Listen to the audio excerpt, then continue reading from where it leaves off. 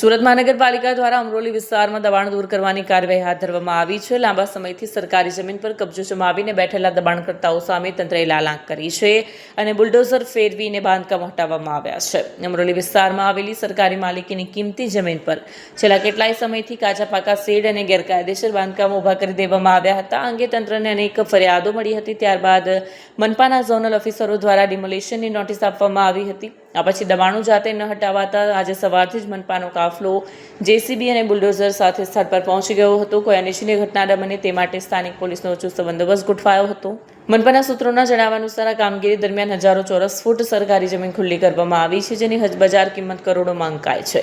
Demolition દરમિયાન કેટલાક લોકોએ વિરોધ કરવાનો પ્રયાસ કર્યો, પરંતુ પોલીસની હાજરીને કારણે તંત્રએ મક્કમતાથી પોતાની કામગીરી ચાલુ રાખી. સ્વેચ્છાએ દબાણો હટાવી લે નહીં તો કાર્યવાહી થશે. સુરત મહાનગરપાલિકા અધિકારીએ જણાવ્યું કે શહેરના અન્ય વિસ્તારોમાં પણ જ્યાં સરકારી જમીન કે જાહેર માર્ગો પર દબાણ છે ત્યાં આવી જ કડક કાર્યવાહી કરવામાં આવશે. આ ગેરકાયદેસર બાંધકામો મર્ડર, મારામારી અને અન્ય ગંભીર ગુનાઓમાં સંડોવાયેલા આરોપીઓ દ્વારા કરવામાં આવ્યા હતા. કોસળ આવાસ H1માં બિલ્ડિંગ નંબર 46-52 અને 86-87 પાસે કરવામાં આવેલું અંદાજે 146.88 સ્ક્વેર મીટરનું ગેરકાયદેસર બાંધકામ તોડી પાડવામાં આવ્યું છે. આ ઓપરેશનને સફળ બનાવવા અમરોલી પોલીસ સ્ટેશનના PI JB બનાર અને PI DK પટેલ સહિત 4 ઉચ્ચ અધિકારીઓ અને 16 પોલીસ જવાનોનો કાફલો ખડકી દેવાયો હતો. આ સાથે સુરત મહાનગરપાલિકાની 50 માણસોની ટીમ, 2 JCB મશીન અને 4 ટ્રકોની મદદથી ગણતરીના કલાકોમાં જ તમામ ગેરકાયદેસર દબાણો દૂર કરી દેવાયા હતા.